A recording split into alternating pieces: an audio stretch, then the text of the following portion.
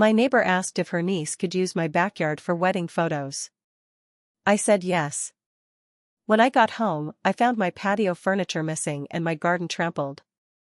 She said it looked better in her photos without your junk. Furious, I checked Instagram. What I found in the background of one photo exposed. I've lived in Medford, Oregon for over 16 years now. After my divorce, I needed somewhere quiet to rebuild, and this house became that place. I don't have kids. I work from home. I keep to myself. But I pour everything I have into my backyard. It's not just a yard.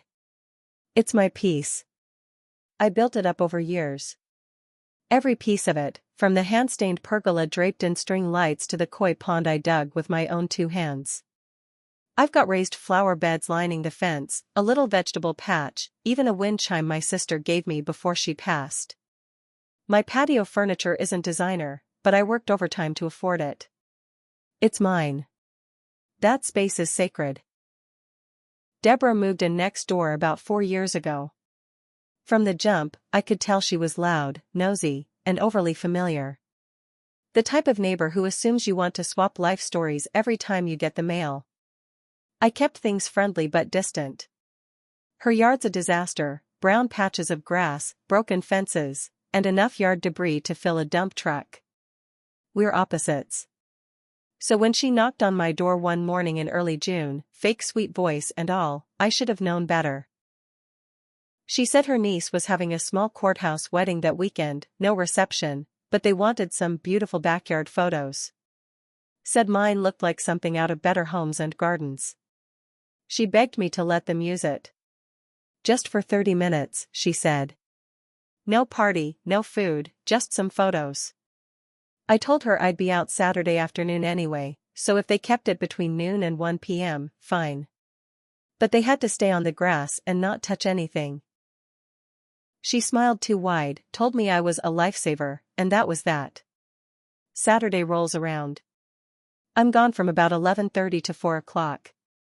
When I pull into the driveway, I get this sick feeling. My side gate is open, something I never leave unlocked. I park, get out, and walk around back. And I just froze. My entire backyard looked like it had been stomped by a herd of animals. The patio furniture? Gone. Like, completely gone. The cushions, the table, everything. My flower beds were crushed in spots, the soil stomped through with high heel prints and dress shoes. The pond water was murky. I couldn't even see the koi at first. That's when Deborah shows up, literally walks into my backyard without knocking or calling. Just struts in like it's hers. Oh hey, she says, way too casually. Everything turned out so beautiful. Thank you again, you were such a blessing. I looked her dead in the eye. Where's my patio furniture? She waved her hand. Oh, it's in my garage. We moved it so it wouldn't distract from the aesthetic. It looked too lived in, you know? I was stunned. You moved it? Without asking? She laughed, like a short, nasty little chuckle. Relax. It's not like we stole it.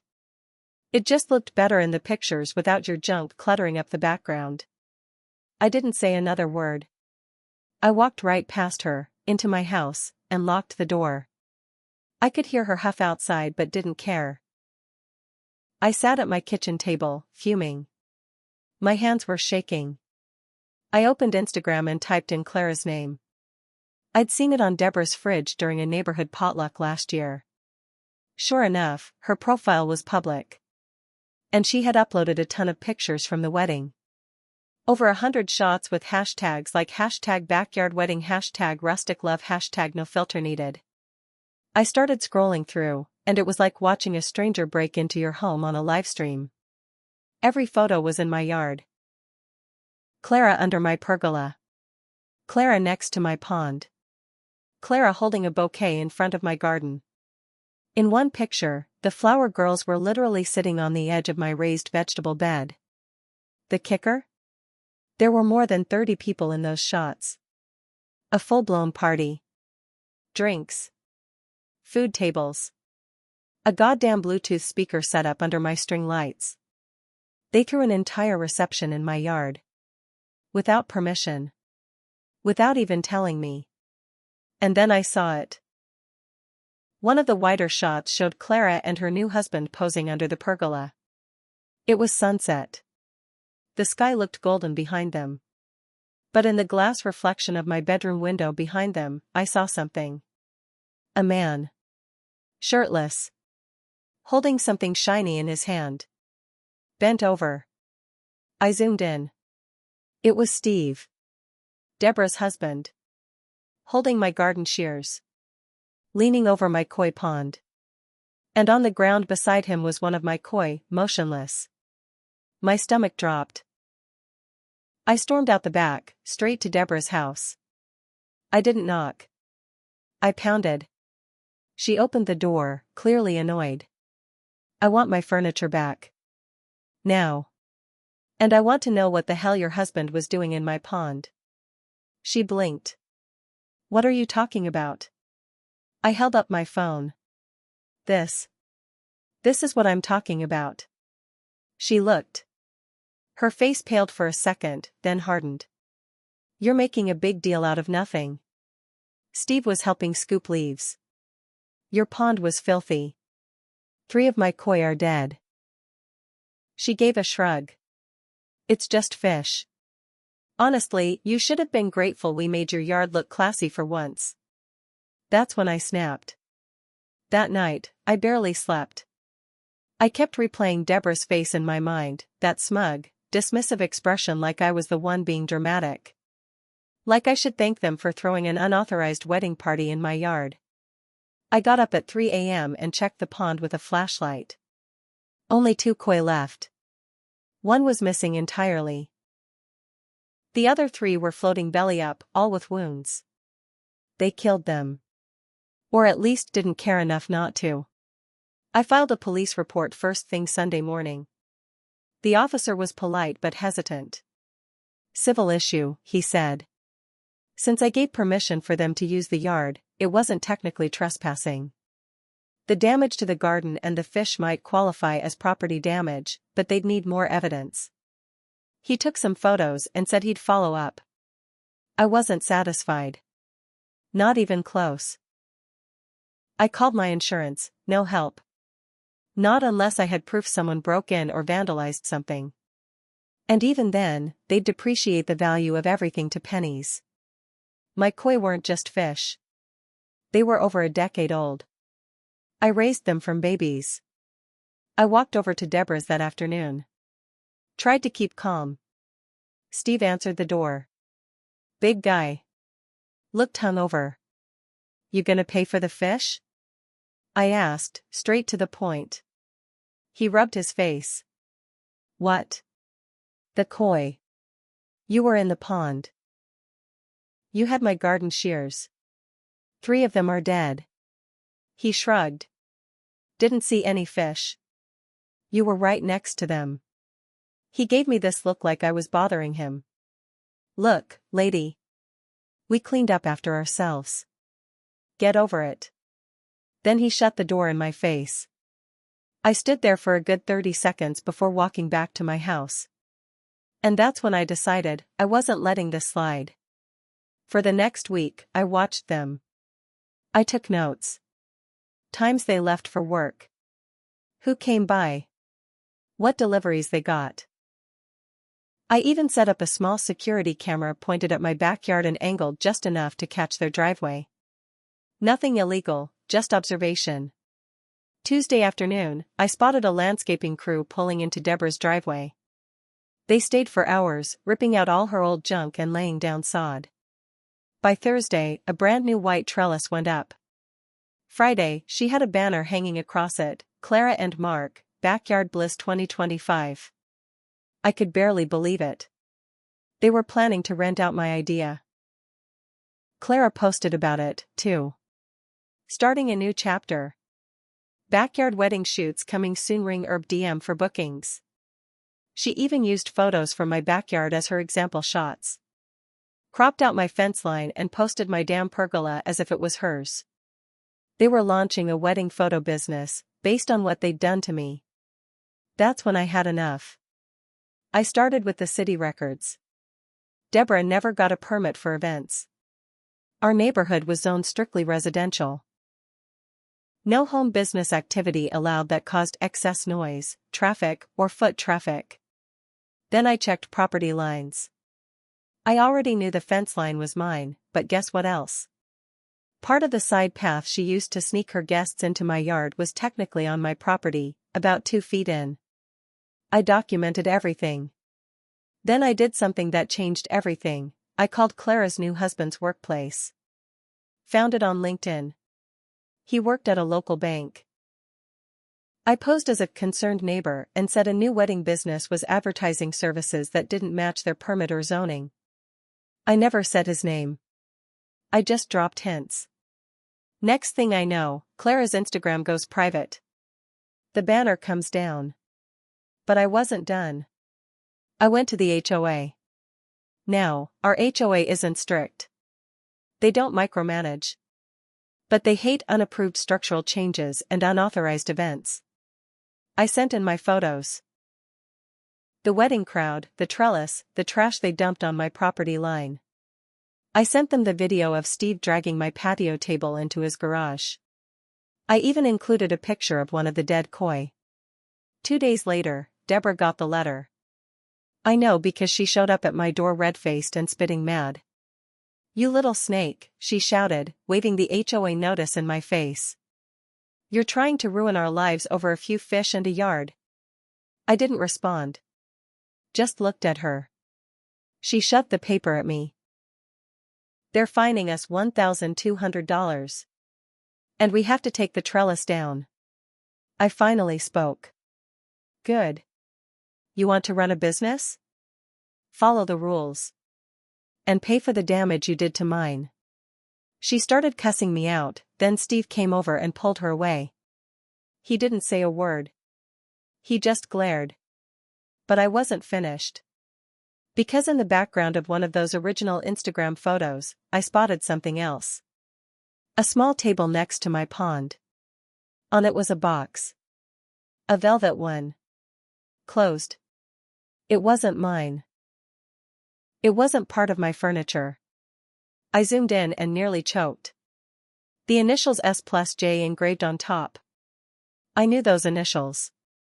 And it had nothing to do with the wedding. It belonged to Stephanie, Steve's ex, who I thought moved out of town years ago. I did a little digging. Found her Facebook. And that's where everything blew wide open. Stephanie's Facebook hadn't been active in a while, but it still had enough public posts for me to learn one thing: she never left town. She was still here. Same city. Different last name. And buried in one of her posts from over a year ago was a comment someone made on a photo of a velvet ring box.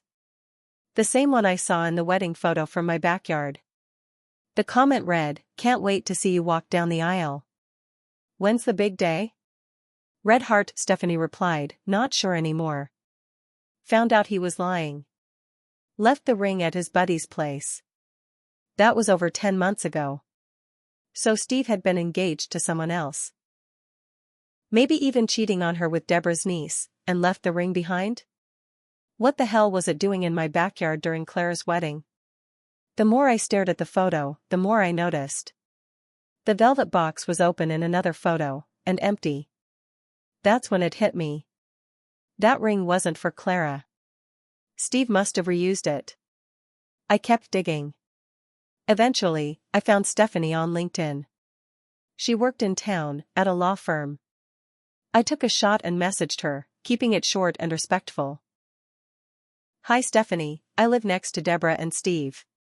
Something odd came up recently and I think you might want to know. If you're willing to talk, I can explain privately." To my surprise, she replied within an hour. We met for coffee the next day.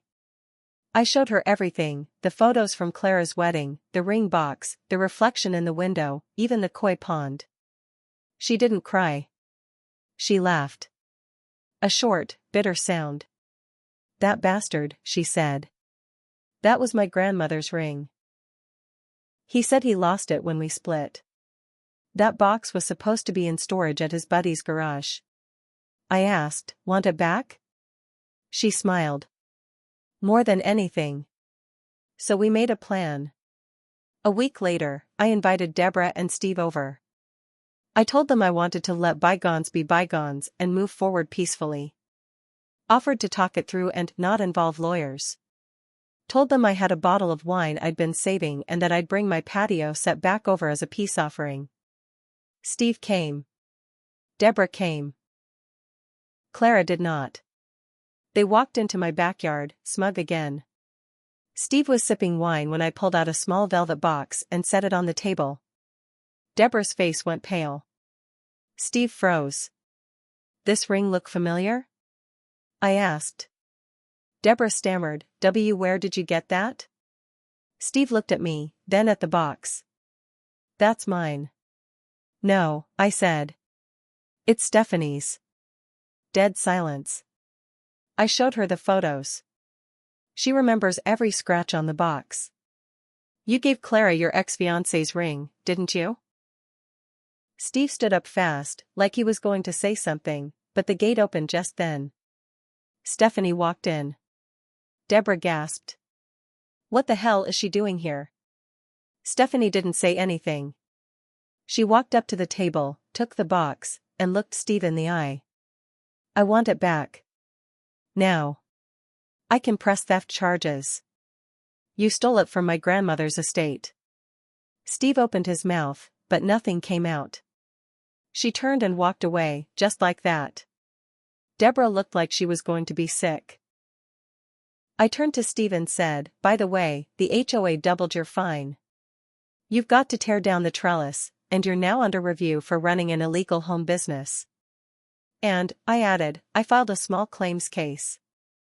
I've got video of you dragging my furniture, killing my koi, and Deborah admitting to it all on tape." Deborah snapped. "You set us up. This is harassment. You're obsessed." I smiled. "Actually, I'm just getting started." The fallout came fast. The HOA cracked down hard.